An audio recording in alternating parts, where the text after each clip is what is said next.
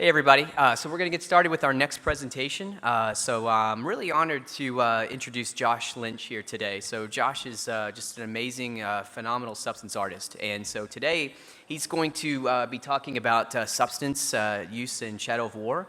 Josh is a senior texture artist, and I'm really looking forward to this. So I got to play a lot of Shadow of War, and instead of actually playing the game, I spent a lot of time looking at all the environments and materials and just admiring Josh's work. So Josh, thanks a lot for being here. Yeah.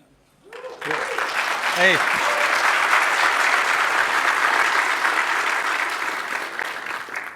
All right, I'm going to click this over so we can see. You guys hear me all right? Yeah. Okay, cool. Hello.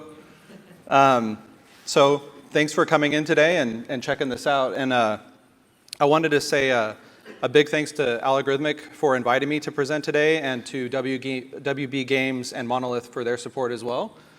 So today we're going to talk about the substance of Shadow of War and how Substance Designer helped to define the visual landscape of Shadow of War. So my name is Joshua Lynch, and I'm a senior texture artist. And here's some of my contact info. If you guys want to reach out at any time, feel free to do so. All right, so what we're going to talk about first is project considerations with Shadow of War. So the first thing I want to talk about is real life, right? So we didn't want to do like a stylized palette. All of the textures created for Shadow of War were based on real life examples with physically accurate material properties.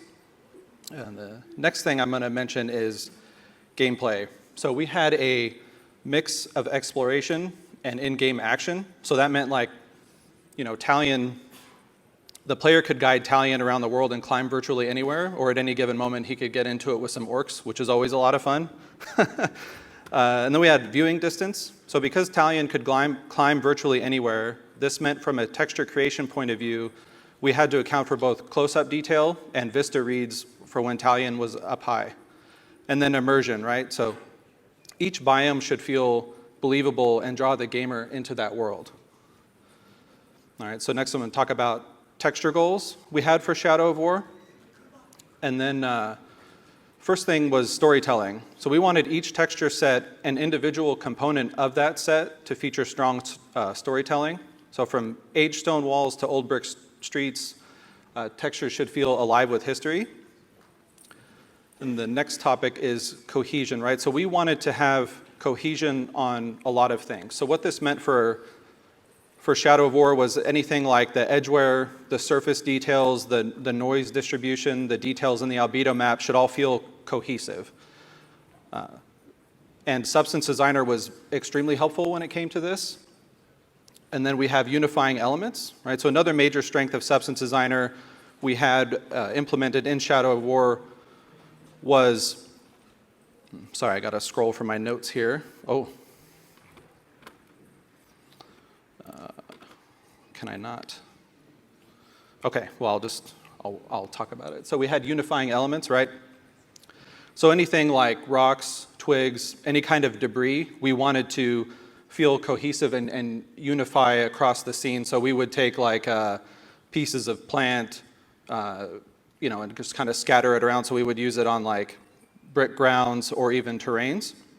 And then we had gameplay messaging, right? So we wanted at any given time the textures to feel like they're guiding the player along. All right, so we have debug view modes. So let's take a look at some of the shots from the debug mode and discuss how they were beneficial for us. All right, so on the left side, we have the full in-game shot. So this is like all the maps working together. And then for the middle, this is like basically the structure of the texture. So this is everything hooked up and running with a flat gray albedo. And so for me, like I really like this debug mode because you could focus on the weight and the feel along with the material response of the surface. So for me, like you should be able to tell what a surface is from the height and the normal alone, right? And when you get the roughness hooked up and the rocks are gleaming out against the dry dirt, it really sings. And then the right is the albedo only. So as you look at this shot, you can see the amount of hue variety we had in the, sorry, click messed me up there. So as you look at the shot, you can see the amount of hue variety we had, right? You can feel where one tiling texture ends and the other begins. And so even though we're looking strictly at color, it feels really robust. If you can get the albedo to feel as robust and lifelike as the height and normal are on your own, then you're in a good spot. All right, so the next thing we're going to talk about is visual concepting, or gameplay logic at a blockout stage.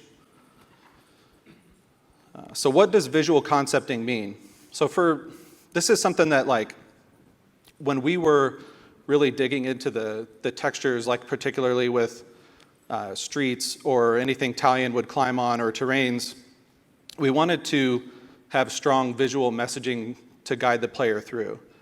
So the first focus was on the big picture. So attention was put on the macro reads of the texture. This meant focusing on the pattern or the weight of the texture and the scale of large elements such as waves of sand or larger rocks. Smaller elements were largely ignored at this phase. So after the textures were more settled and we were confident in what we were hooking up and it was all good, we would go back in and add in all those little elements like debris and plants. So as far as the influencing gameplay, I'm going to be talking about this a lot today. In the visual concepting phase of our texture creation, this was one of the biggest components outside of the big picture read. And then we also had rapid iteration. So I really love this aspect of working with Substance Designer, right? Because if you want to tweak something, you can just change some parameters. And for us, like when we're putting a set of textures together, if we didn't like something and we kept it pretty like macro read, we can just rip it out. So we were able to like just keep working really quick. And as far as team dialogue goes, I think this is something that's really important when you're working on textures. You're not just working on your little material ball or whatever. It's about gameplay and it's about the player experience. So when you're working with that mindset and you're communicating with your team along that mindset, it really helps. All right, so let's take a look at the Minnesithal map. We're creating city textures. So we're going to look at a bricks breakdown, and then we're going to dig into using switches in Substance Designer, albedo strategies, and unifying elements.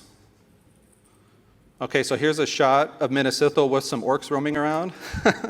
I always laugh because their dialogue was just crazy when we were working on it. And I sat, where I sat was like right next to the room where they did a lot of recording, so it was pretty funny. So I had the pleasure of working with Melissa Buffalo on this map. And so for this particular section, we're going to be focusing on the ground texture that you see in this shot. All right, so breakdown of switches and unifying elements. So the switches were something that we implemented a lot, right? And I think for me, like up until this point, I hadn't really used them. And I really liked, once I got into it, I really liked working with them because they gave me consistency with the flexibility of customization.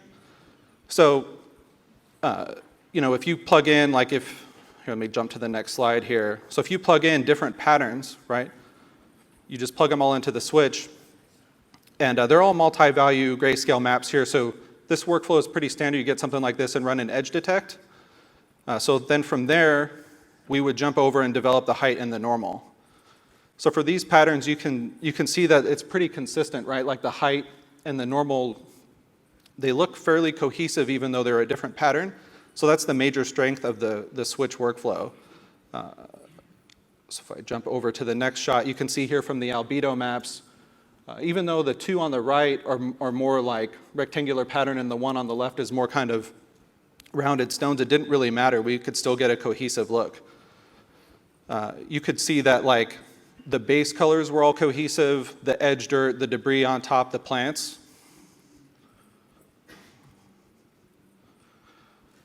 Okay, so let's talk about some cohesion and unifying elements. And first thing I want to touch on is the albedo. Right, so our color palette, a big part of Shadow of War was like really rich colors. Like we didn't want to have muted tones, we wanted to have really nice, rich colors. And we also wanted our grime and our dust to feel really layered and caked in as well. And then we have plants, so items like plants, plant growth or twigs.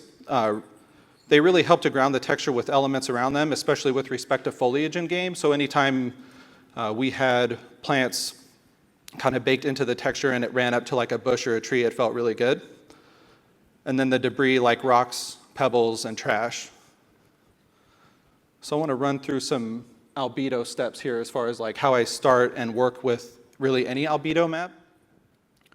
So the main thing I start with is like hue and value contrast. So if you look here on the left, you can see that each brick is relatively different from the next, right? It's not just one solid color. There's warm tones, there's cool tones, and then if you look at the bottom right where I'm slicing it in a diagonal, you can see the value contrast. So that's something that I really pay attention to a lot when I'm working on albedos, is it's not just what the hue is doing, but the value as well. And oftentimes if I'm looking at like scan data for reference, I'll take it into Photoshop and I'll just desaturate it. So that's really helpful to kind of get a look at what the value does for a texture. So we wanted to like really avoid a monochromatic look. Like at the end of the day, that's what we were trying to do. Okay, so this next shot, I don't know how well you guys can see it. It might look better in the end online, but I used multi-directional warp quite a bit. And what I really liked about it was it gave a nice kind of swirly look to things.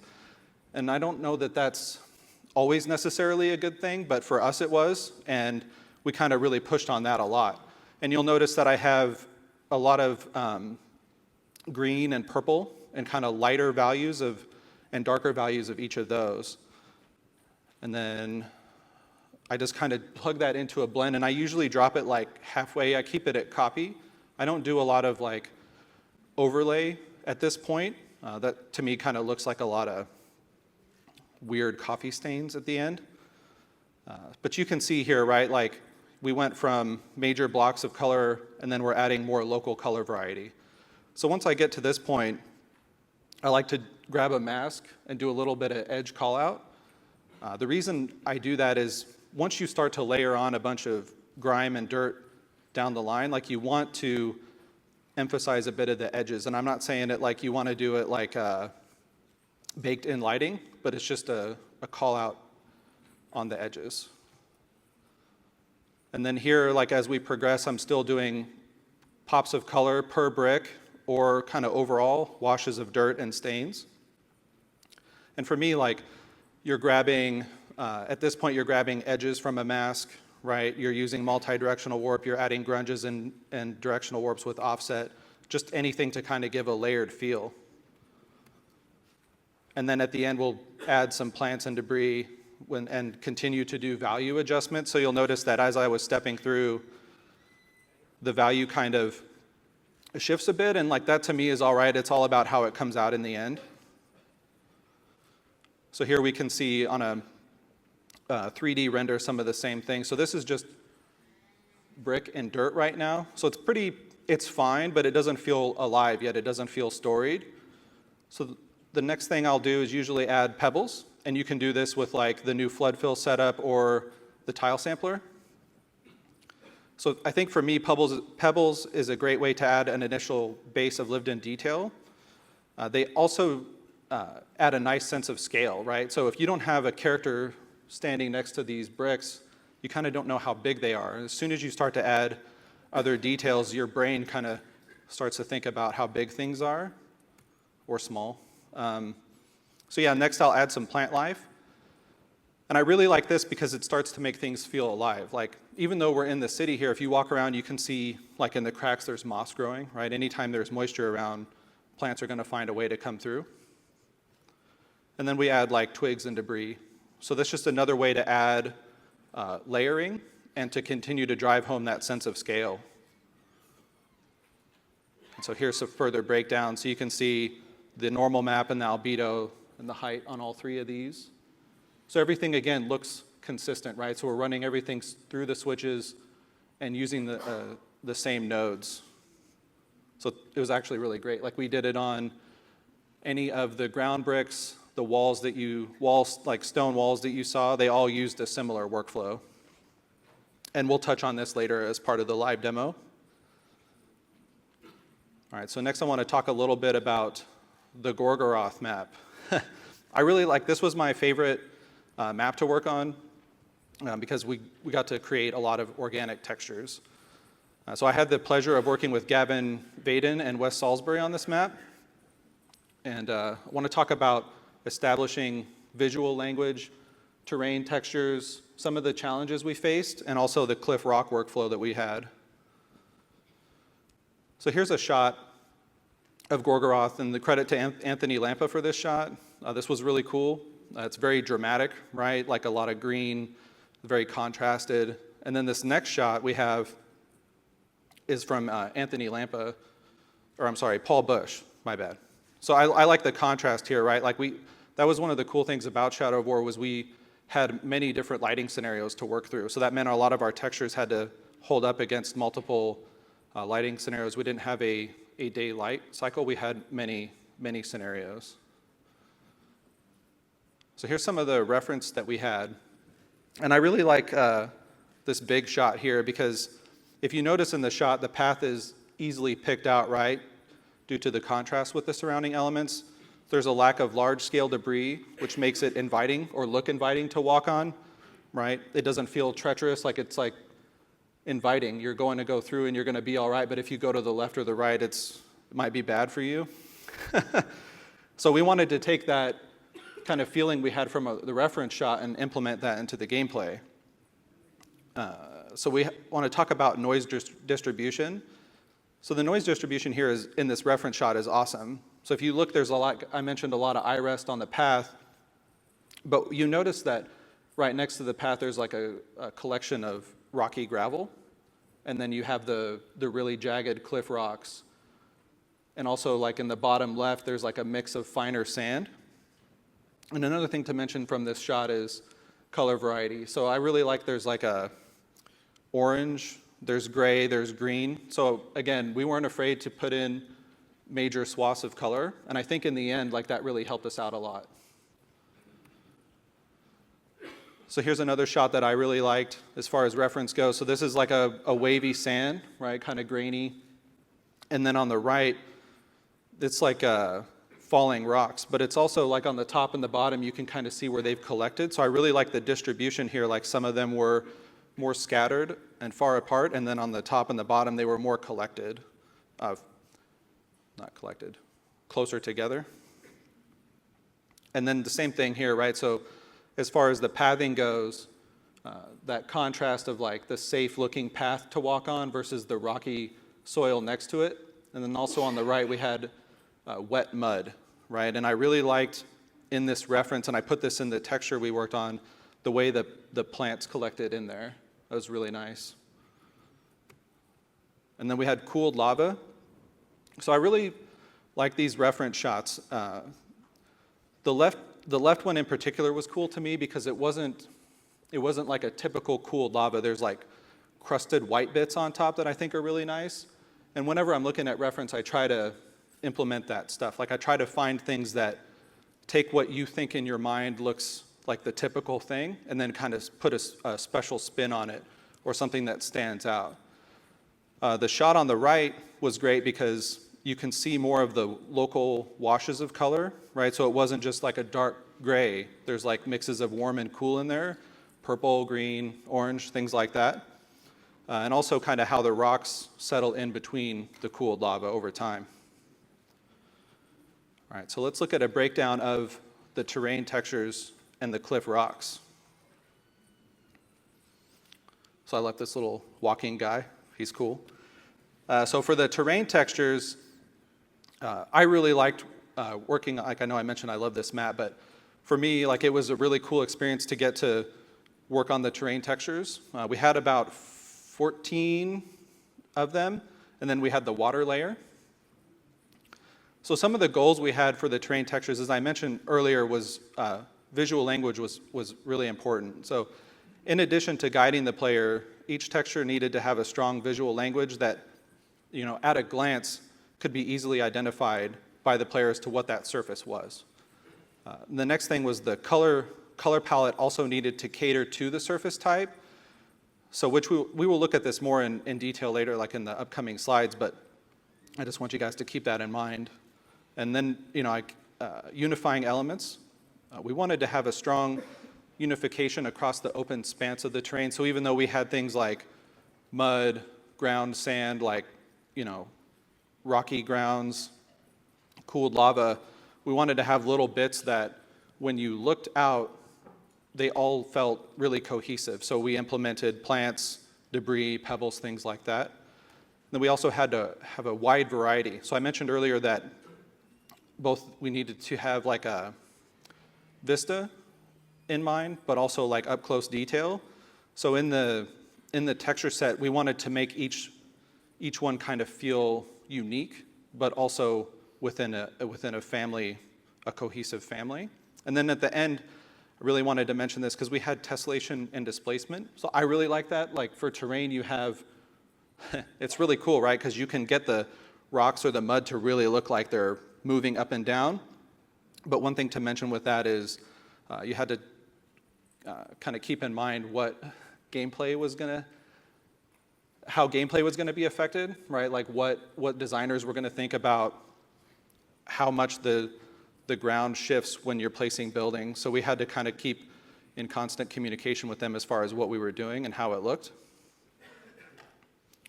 So some of the challenges we faced were the terrain water layer and the directionality. So for the terrain water layer, we couldn't see behind the surface. So everything we did kind of looked really like fully opaque. So what we did was we decided whenever we had water, we wanted to make it look murky. So we just kind of took the challenge and just owned it a little bit. Like we didn't, instead of like, fighting with tech the whole production, we just kind of went with it, and it worked out really well in the end because it kind of gave a more like dirty feeling to the grounds. And then for the directionality, we couldn't, like when we have a path, we didn't necessarily have splines to lay down. So whenever we wanted to put in footprints or anything like that, we couldn't have them like going directional. So we had to like have them kind of going like one way. And we really could only put maybe like 6 in there. So when you blended it, it didn't look too busy. All right, so here's a collage of some of the terrain textures. So you can see that even though there's a variety in here, they feel cohesive. Like I mentioned, the debris and the plants. So here's another shot of the cooled lava, the more rocky soils and the layered rocks on the left. And one thing I want to mention is, if you're looking at these, you can almost feel like this is more of the pathing kind of textures. Like these are the ones that are more safe to walk on, visually anyway. And then these are the ones that are more rugged, and like maybe especially the ones in the middle there, maybe are going to be a little bit more treacherous for you. All right, so let's talk about establishing visual language and helping to influence gameplay. So we're going to look at this debug mode, right? Like this is you probably like in Unreal, it's like detail lighting, but it's basically showing the structure of the surface, right? So if you look at the left, right, like that's your cliff rock geo, your heavy rocks, right? So we had a mix of cliff rock meshes, like boulder meshes, and then we had heavy scree blended in behind it. So that was kind of telling the player, like, you can't go over here. Like, that's no good for you. So I mentioned Talion could climb virtually anywhere except for when he couldn't, right? So we had to sell that. And then in the orange path here, you could still maybe go over there, but it was kind of letting you know, like, hey, you're starting to get into an area where you're not going to be able to climb. And then on the right, it's green, so it's more safe. Everything's flat. And then here is the ALBEDO shot on its own. So one thing I want to mention here is, I touched on it earlier, but if you notice the color, we get closer to the cliff rock meshes, it's more colorful, right? So we wanted the rock textures themselves on the cliff rocks to have a lot of colorful pops. And if you look at the scree texture on the ground, they have the same thing. And then when you move more to the right into the pathing, it's more of an earthy palette. Okay, so here's a shot with Talion posted up in the scene. So you could see all of that stuff we just talked about is here in one shot. You have the heavy scree and the rock meshes on the left. You've got some cooled lava in the middle there and some pathing. But what really sells it is we have that path, flat packed dirt and mud with water sprinkled in. So it just like if you were to desaturate this and contrast it, like that path is going to really stand out. So again, here's a shot with the albedo only, so you could see cliff rock textures, scree, and then the earthy palette in the middle. So here's a shot of the vista, right? So I mentioned we wanted to have a lot of good reads both far away and up close. And I think this is a cool shot to show that. Like you can see, I don't know, can you see my mouse? Yeah, cool. So we have some gravelly sand mixed in here with the black sand. We also had what we called like a terrain layer that had more plants in it. So anytime we had bushes or plants sprinkled around for Italian to hide in, we kind of put that in right behind it to help seat the foliage meshes to the texture. And then on the far left, you can pick out the path easily. So here's a shot of the color on its own. So again, it's like a really nice mix of sandy rock, black sand, earthy tones up here. And then I wanted to mention this shot up close, right? So everything in here is, we had a really good texel density. So everything was like really crisp. And you could get like the finest pebble to show up. It was really nice. So if you look here, I mentioned the foliage layer, right? You got the ground foliage layer with the plants and the rocks in it, seeding the bushes nicely. Then you have the murky water here with the mud and the flat path. And then to the left, you have the gravel, right? So it's kind of all tying back to that original reference shot of like loose gravel here that's fine, or heavier pieces of rock, but then the path is always kind of clear and open for you to go through. So here's the albedo shot on its own. I mentioned those little leaves I put in from the mud. But one thing I want to mention too is like, even though we have the path here, like that's more earthy, like these gravel bits here are more like kind of cool grayscale, and then we have pops of green. So even though we had like something simple and earthy, we tried to put pops of color and more variety in it. So when something was blended in, you both felt it in the height and the normal, as well as the color. All right, so let's talk about creating cliff rocks. So Gavin actually had a lot of scan data. Like he went on a couple of trips, and we implemented that. So all of the cliff textures we have here, they started off from height and normal map from scan data, and then they were brought into Substance to get finished out. And as Wes mentioned earlier today, Substance Designer has a number of nodes that are helpful for this.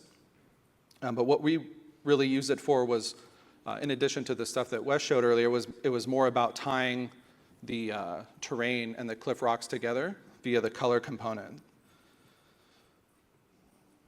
So if we look at this, right, like this was more of the flat kind of cliff rock texture. We had 4 to blend. So each one of these needed to feel unique, but what we did was each one of them, for the color component, we used red and orange to kind of tie it together. And because this was a volcanic map, we put the little pock marks in there. So you can see like in this one, again, the red and the orange. But one thing I really like to do is use like masks from your normal map to accentuate details. So if you're looking here, you can feel like what the top of the rock is different from where the rock kind of breaks away. And then we use the multi-directional warp a lot to kind of swirl things in and out as far as the red and the orange. So same thing on this one, like this was more of a flat, noisy texture, but it still had a lot of red and orange in it. And same thing with this one. So you'll notice that while I'm mentioning, like calling out attention to the shape of the rock, like the 3D element of it, it's not necessarily like baked in lighting info. So it's using, bless you, little tricks here and there to kind of make it pop, right? Because we're not doing like octane renders here, right? We're doing like games, and games have limitations with lighting, like how many lights you can have versus how many characters are on the screen, right? So it's always a lot of things to take into account. So I feel like anytime you can push things to help the textures out, it's really good. All right, so let's get into Substance. Oh, what happened? There we go. Okay.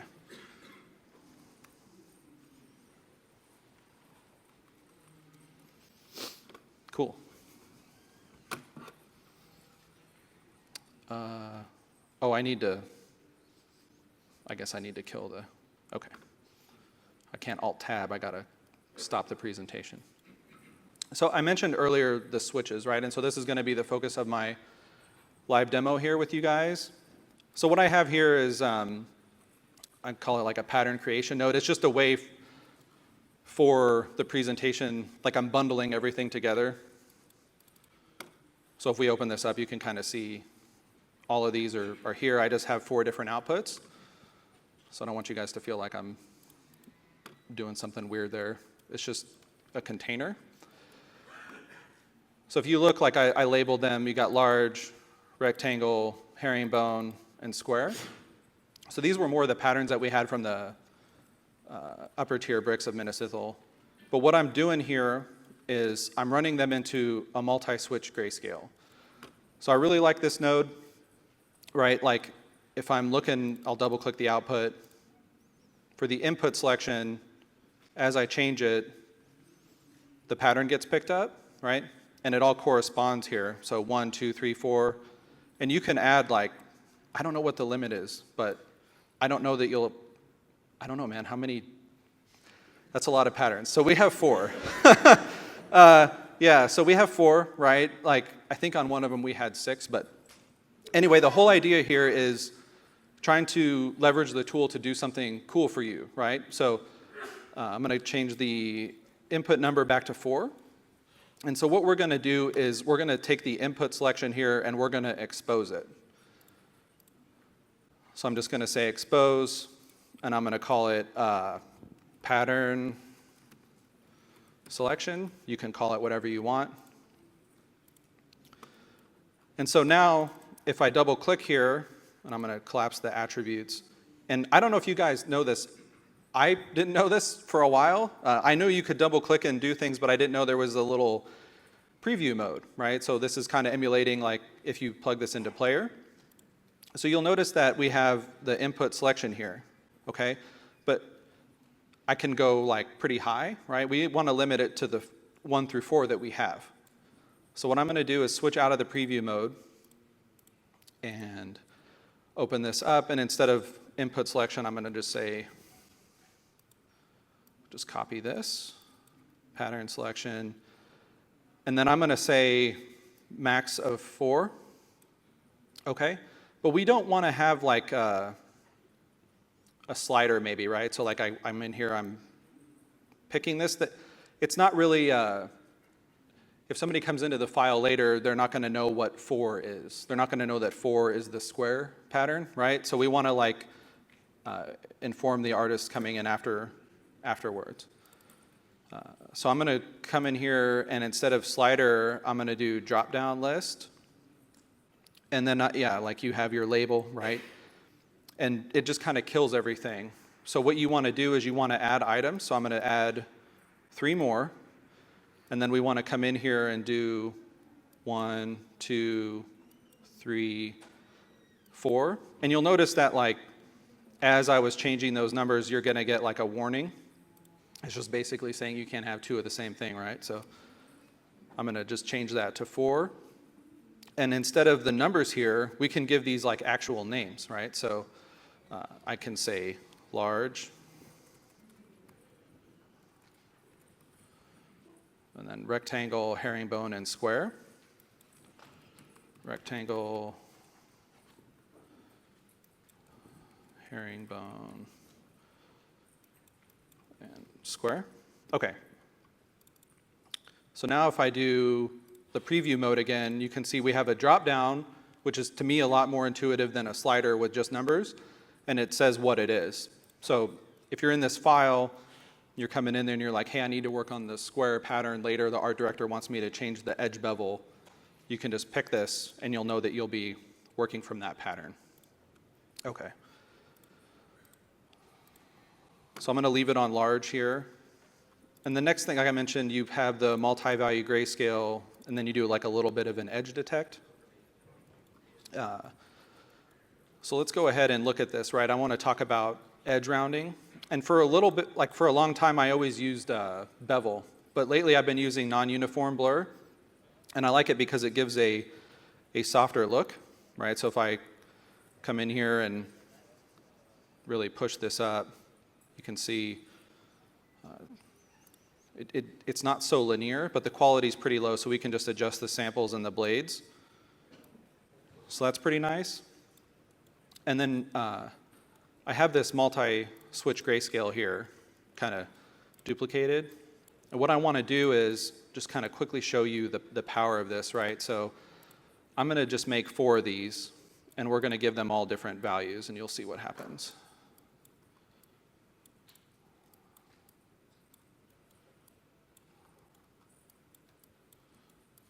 Okay, so I'm going to hook these up real quick.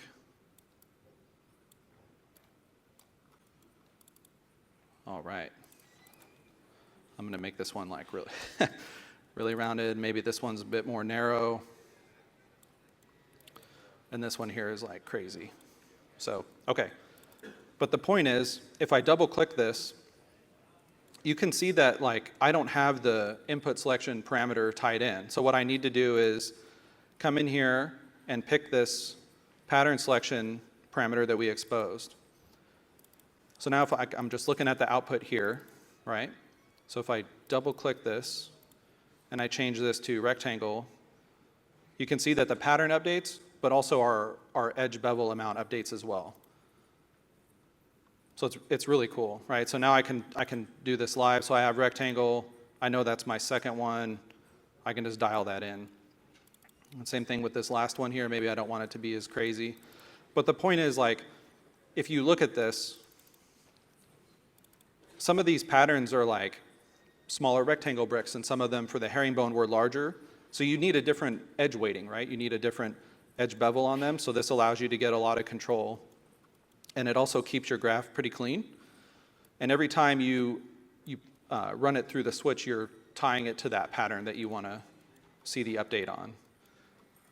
So same thing here for the next step. We have the edge knocking, right? So this is pretty standard. Like, I have a bevel. And by the way, like for a bevel, I just throw it all the way to -1, and then I do an auto levels, and that gives me full black to white. So if you'll notice, like, no matter what I put this on, like -0.05 or 0, like even though here it's black perceptually, right? Like the auto levels is going to snap it back to full black to white for us. And then I'm using a levels node here to kind of pull that back, and I'm punching out my data. So this is like where my edge knocking is going to come from. And I invert it because I want to use min darken later on.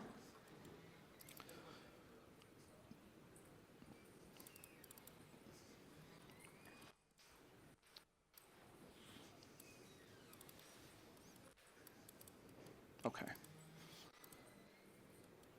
So you'll notice that like right now, there's nothing happening with the edge bevel. So what I have to do, if I want the min darken to work, is either take this and dial it way back, or increase the strength of the black level of this. But the main reason I like the min darken here instead of like a multiply is, if I just crank this up to like 12, you can see that for the most part, like this is kind of a soft bevel, right? It's a rounded edge. And then we have this edge damage coming through. So you're going to get a line weight change, right? Where if I do like a multiply, I don't think redo is working here. If I do multiply, it's gonna like act like it's 100% all the time, where the min darken is gonna respect the grayscale value. That's like the main difference. And then so here we have surface wear next, but I wanna kind of flesh this out a bit more. So for the edge knocking, right, like I mentioned, we can have up to 4. So what I want to do here is duplicate this, and you would obviously like probably put these into containers to clean up your graph later. but I just want to show you guys how this can be powerful. So I'm going to go ahead and plug it into the second slot. So I'm going to pick my second, third. Yeah, I'm already on the second. Okay. There we go. Okay. Cool. My bad. I wasn't paying attention. We were looking at the large pattern, not the rectangle. But anyway, so if I come in here to the levels, I can set a different amount, like as far as what's going to come in, right? So we can see that here. I got that guy, and I want to tie the parameter here again to pattern selection. There we go. So now you can see like these are pretty heavy. I can control the levels here, dial that way back, maybe knock the opacity down here. But the point is I can set different edge weighting and knocking depending on the pattern. So you can see here these are more pillowy, and then as it comes in, the edge knocking kind of disrupts that. So I can change this here. So it's pretty cool. And this to me is a lot more like organic looking and actually emulating more of a ZBrush kind of workflow than if you just had multiply on there. So you can see the difference, right? Like if I zoom in, multiply kind of carries all the way through, where min darken stops at some point, depending on the grayscale value and what's happening. Okay, so let's go ahead and move on to surface wear. And we'll go ahead and plug this guy into a switch, multi-switch. So I'm going to duplicate this, grab this guy,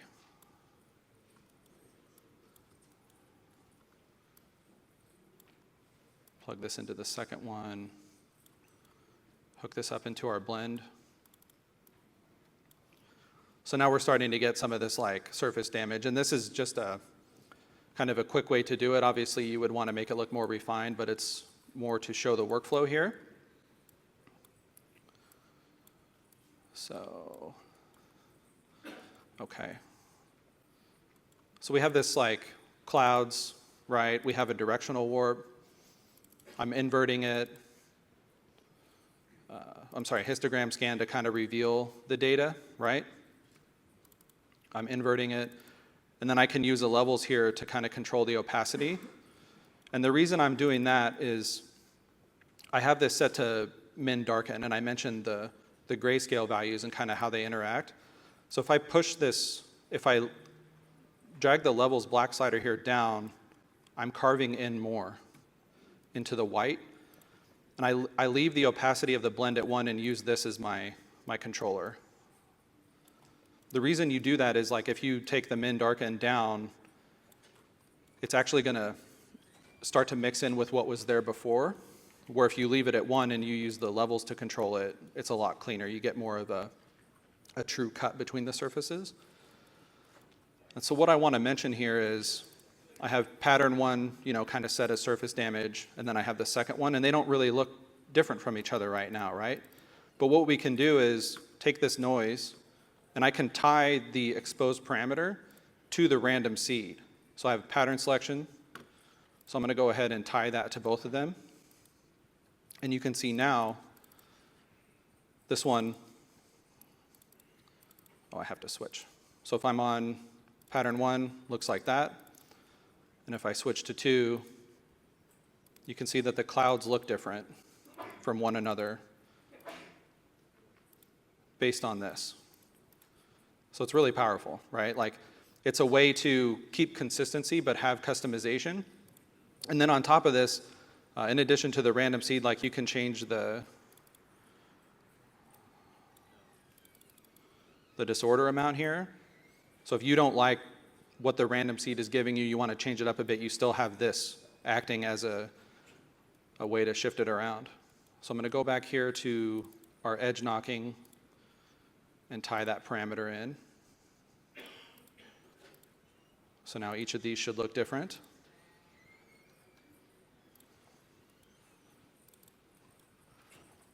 All right. And that's how I do kind of simple edge wear and surface knocking. So you can see if I go in here with the normal map selected and change to the rectangle. Oh, thank you.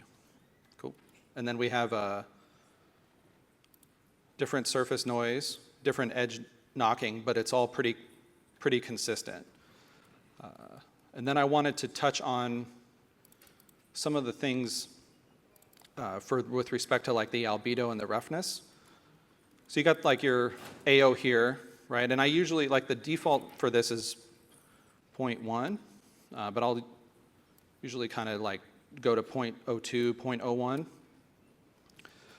And my normal map I usually leave around 10. Like it depends. Like you could have it at 2 or 25, you know, it just depends. But what I like to do is just grab a curvature and the AO to make a mask. So we'll look at these in just a bit, but I want to kind of come down here to the albedo. So when I'm making the albedo, I'll leverage the multi-value grayscale map from the pattern and just start to introduce some of that hue and value contrast. And I block in like solid colors, but I like to use the histogram shift here and the scan to kind of say like where I want this to come in. So what's really cool, right, is like you could come back up here, grab this multi-switch, and just keep expanding on this, right? So like if you like how much of this lighter blue is happening on the rectangle but not on the herringbone, like you can just totally customize it. So I'll just usually continue with this. I'll introduce some like more desaturated, maybe a bit more blue here. And then I'll put in a little bit of like a clouds. Well, this is a moisture noise, but some sort of data that I plug into a directional warp to offset it. And then, yeah, here we go. So I wanted to show you guys kind of how I have this like set up with this multi-directional warp. So I'll grab this grunge and I'll plug the height map into both slots. And I really like this, right, because it's like the first time since I've been using Substance Designer, that you had data that you could like kind of conform to the brick or the edge of something instead of it just being like even though we're offsetting it here, it's just kind of like a clouds or some sort of data. It doesn't, oh, sorry. It doesn't like grab onto anything. It doesn't respect the turn of a shape. So this node is really cool. So I would really recommend implementing this into your workflow because it's going to make things look more robust, I guess you could say. But you would want like your height map to have a good amount of data in it, and you can see that our grime, or what could potentially be our grime, like starting to collect into the grooves, and you get like a little bit of line and stair stepping. So it's pretty nice that way. So from there, I'll just make like a simple gradient map, and I'll plug in some colors. And this is set to overlay, but it should be copy. But yeah, so you can see like it's about halfway. And at 1, I'm starting to get some of these like hits of color, but I want to keep control over it, right? And if I come in here and I can introduce like let's do something. Yeah, get some purple, maybe some orange. Yeah, that's cool. So it's just a way to get local color variety, right? So if you look at scan data and it's all stripped out and delighted, you can see that even though maybe like a ground stone is, if you zoom out, it feels like it's one solid color, but when you look at it up close, there's like shifts and washes in that color. So that's kind of how I emulate that. So if we look at it on its own, that's what we get. And then I just kind of have a half opacity there. And then what I like to do here with respect to the height and the normal is put a little bit of that into the albedo, right? Like I mentioned that earlier with like the cliff rocks and things like that. Like this is not to say, I know tech artists are going to be like, it's not to say like this workflow doesn't affect the way the light hits the surface, right? It's more of a boost, like a volume boost. And again, if you look at like scan data from like textures.com or something and you're looking at cobblestone, their stuff doesn't look like this. It doesn't look like flat solid colors. Like there's volume in there, right? So I just wanted to mention that. I throw that in there. I think it helps a lot, especially when you're in the shadowy areas. It just gives a little bit of a boost without messing with the lighting too much. And yeah, again, so I just derive this from a curvature smooth. And then I'll use the AO mask I mentioned earlier to get a little bit of dust. So I'll usually come in here and I have the HB AO mask plugged into the opacity, and then I do a gradient map. So this one here is like more like caked in, like kind of aged, thick looking kind of mud. And then the next one here is more like a dust. So I like to kind of think of it in terms of that layering process, like one is older and more aged and like latched onto the surface. And I do that both with the mask, but also the gradient map here. So the reason I like this is if I come to the left here, I can change as it fades to white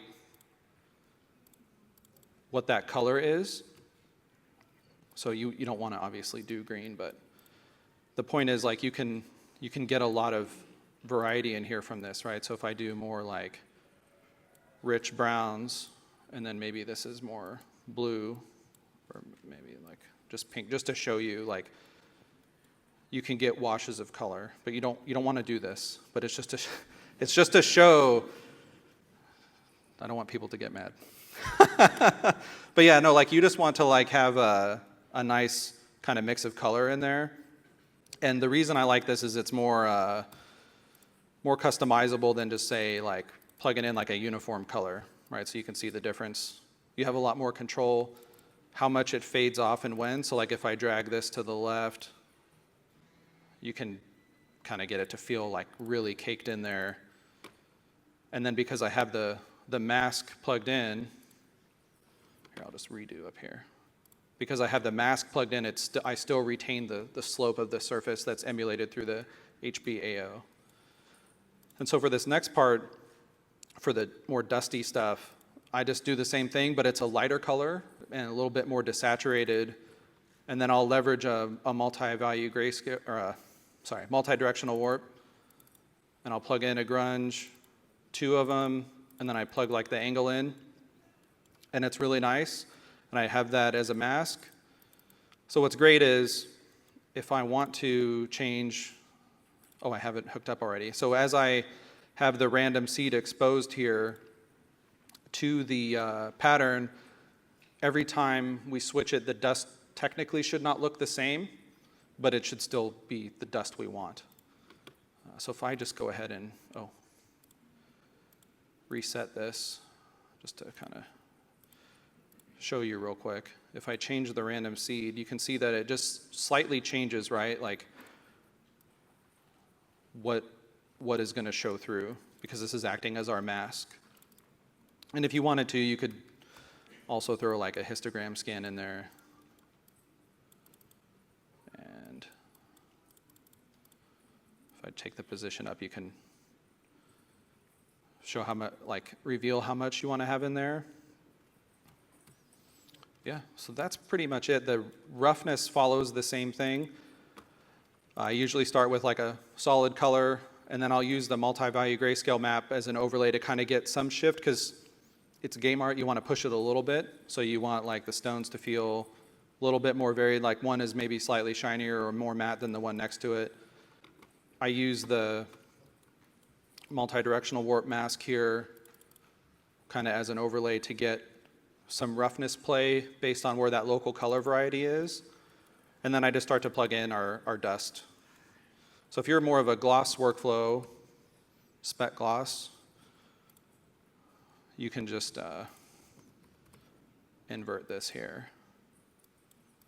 Yeah, so you can see like there's more shiny, more matte areas. So if I do 3D view, where is it? I gotta throw the ball on there. Yeah. So now if I do view in 3D view, and I just change our pattern up, you can see everything updates nicely, but I don't have my color on. So let me hook that up real quick. There we go. I think my AO is like, oh man, that is not good. So we want to knock that back to like 0.01. There we go, that feels better. And then we'll switch our normal map here. Okay, cool. So now if I switch the pattern, you can see that like even though the bricks are a different size, like it all feels cohesive. So that's pretty much it. Thanks, guys.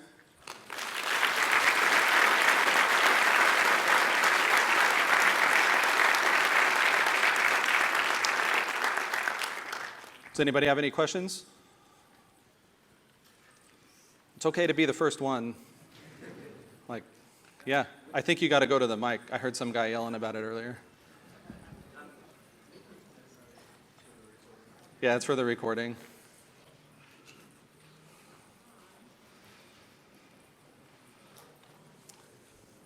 So I learn a lot by looking at people's files. So Yeah. I don't know if it would be possible for you to maybe share your SBS so we can dissect and stuff. Oh, for this? Yeah. Yeah, I plan on putting that out later, along with the that's PowerPoint great. slides. Yeah, thank you. Yeah, no, thank you for asking, yeah.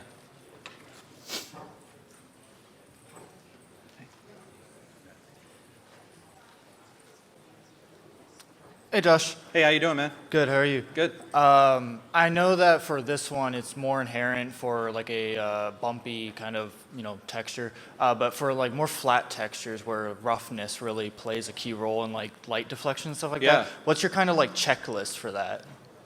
For defining the roughness on a more flat material.